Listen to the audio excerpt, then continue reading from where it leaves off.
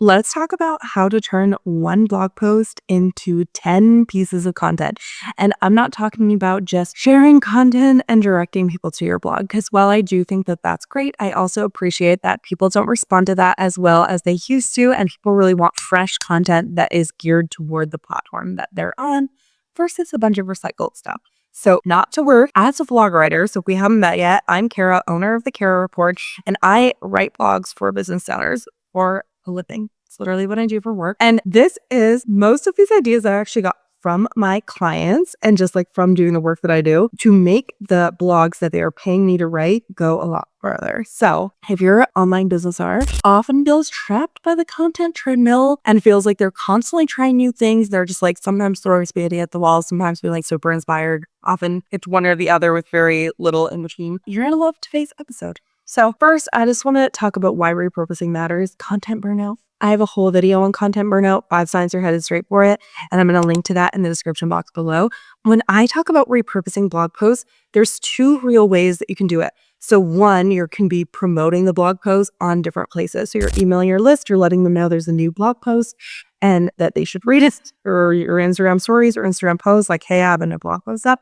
That's one way. And then the second way, which I'm going to dive in deeper, is actually taking that content to create new pieces of things. Blog posts are truly evergreen anchors, and they're just like packed with ideas that can fuel other formats. That's part of the reason that I love the work so much.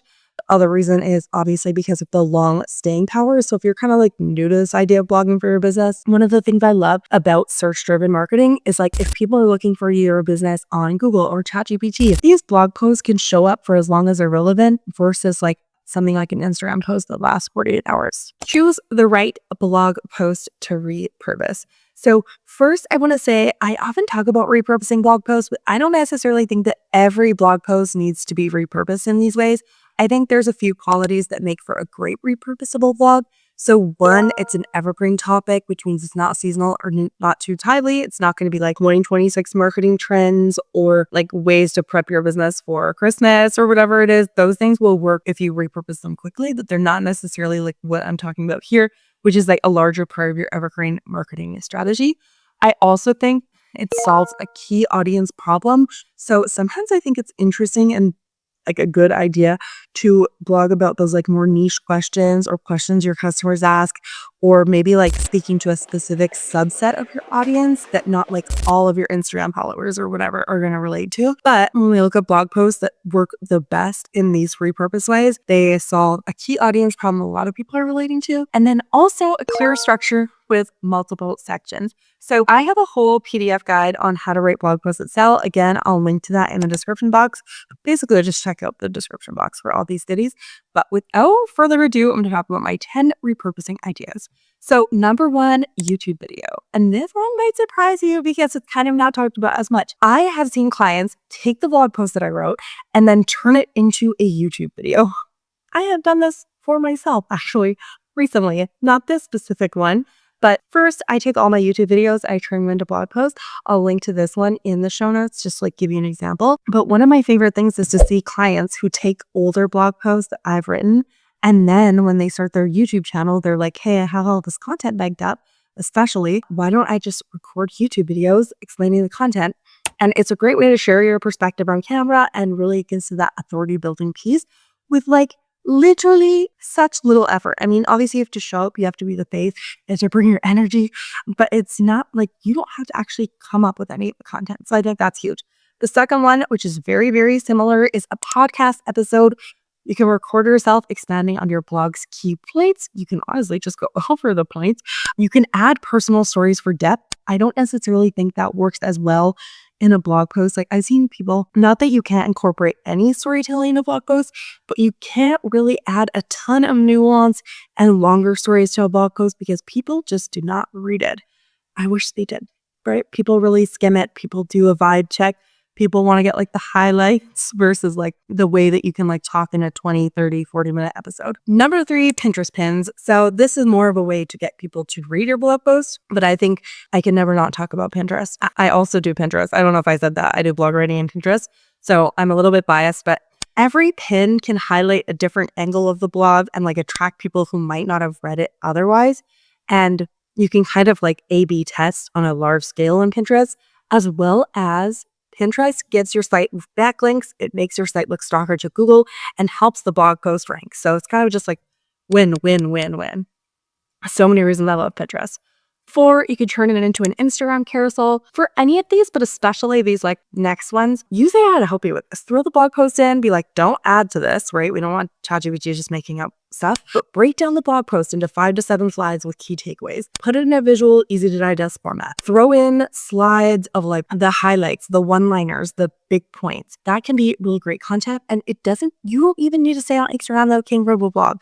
You don't have to say, read the vlog for more. You can if you want, but you can literally just use it as though the content was originally created for Instagram. 5-way, which is Instagram Reel or TikTok. There's 2 ways you can do it. You can summarize the blog really quickly, like 5 secs to XYZ, and just talk about that in 30 to 60 seconds, whatever people's attention span they're allowing nowadays. But then you can also just take one tip from the blog and go as in-depth as you can get in 30 to 60 seconds. And literally, if you have like, let's say 5 signs, you could turn that into a series on Reels. Or you could turn it into 5 individual reels, or you could turn it into one reel where you talk about all the 5 points. Number 6, email newsletter. So again, I told you already at the beginning, of course, you can email your list and let them know that a new blog post is available. But you can also write the blog post in the format of an email. Like, hey, I was just thinking about this and wanted to make sure you knew about these 5 things. I don't think it always needs to be like credited back to a blog post. I think we can like really pretend that it's fresh content. Okay, number 7, LinkedIn posts. So I think that this can be kind of similar to the other types of content that we posted, but it is important to consider that LinkedIn has articles too. So I think it can be even easier almost to repurpose because you just take the main points, you pare them back a little bit and then post them natively as a LinkedIn article and then link to a blog post. Again, this is like number 3 with Pinterest. Backlinks matter. Enhancing your digital footprint or expanding your digital footprint matters. So having it like the full blog post is posted here. Again, don't lead with the link because LinkedIn wants to keep people on LinkedIn like other platforms. But that can be a really great way to repurpose your blog content. Number 8 is either quote graphics, but I'm even going to add as a little update for 2025, Threads posts, right? And so pull powerful sentences, stats from the blog. Again, use AI to do this. I love to throw a whole blog post in there and then pull out the best one-liners using AI or the main key points or like anything. I think quote graphics can be great, and I also think Threads can be great. And the nice thing about Threads is like I will literally take a blog post, I'll put in an AI, I'll ask for the best one-liners, and then I will drop the one-liners for like, if it pulls 12 out, I'll drop like 1 a week for the next like 3 months. That way, your thread strategy doesn't look like super concentrated on like, oh, I published this blog and now this is all the content you're getting, that it kind of like paces you. And it sounds like silly when you're doing it for the first time, but if every single week you're adding like 1 post a week, all of a sudden 4 weeks in, you've got 4 posts. Like it adds up really fast, I guess what I'm trying to say. Number 9, now this isn't going to work for every blog post, so don't come at me, but if you can, or if you're the designer on your team, or you love playing in Canva, turning it into an infographic is a great way to repurpose your content. Because I think one thing that we always kind of like forget, like we consciously know, but we forget as business owners, is just the different ways people consume information. So for example, I can read a blog post and I can hear a podcast episode and I can look at a infographic of the same kind of content, and I'm going to like pull different things each time.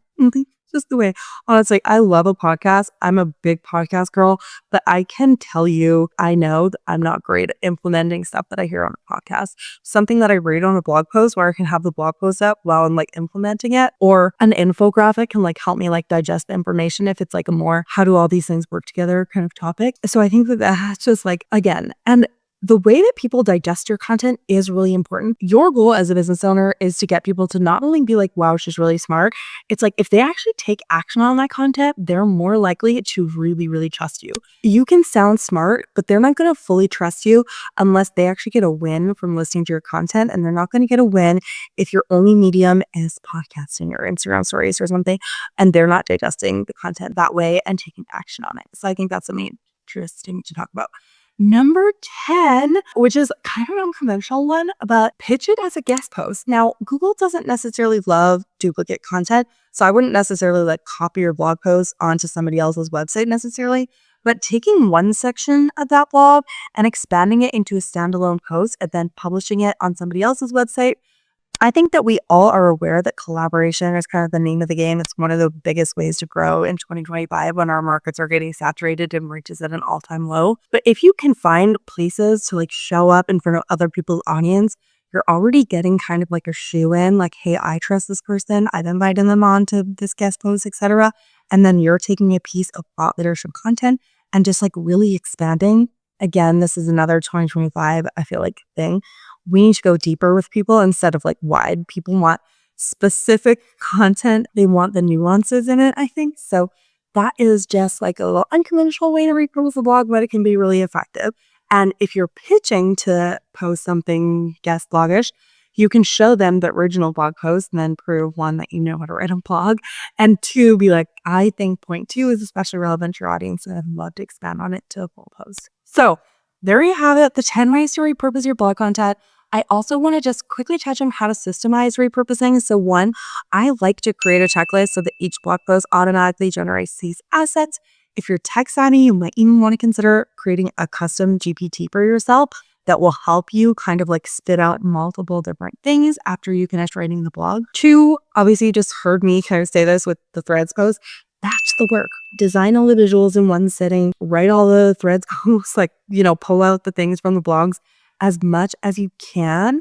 And that's just like a really great way to get it done. I feel like switching tasks, is like the biggest time suck. Three, my third thing to say here is consider outsourcing parts to save time. Again, I obviously write blogs, so I can take the first part off your hands if that's what you're looking for. But even if that's not what you're looking for, your VA can write run your blog content through ChatGPT. Your designer can design the carousels if you give them what to say. Like, whoever you have on your team that can assist you can really like make this into like something that you plan to do and something that you actually do.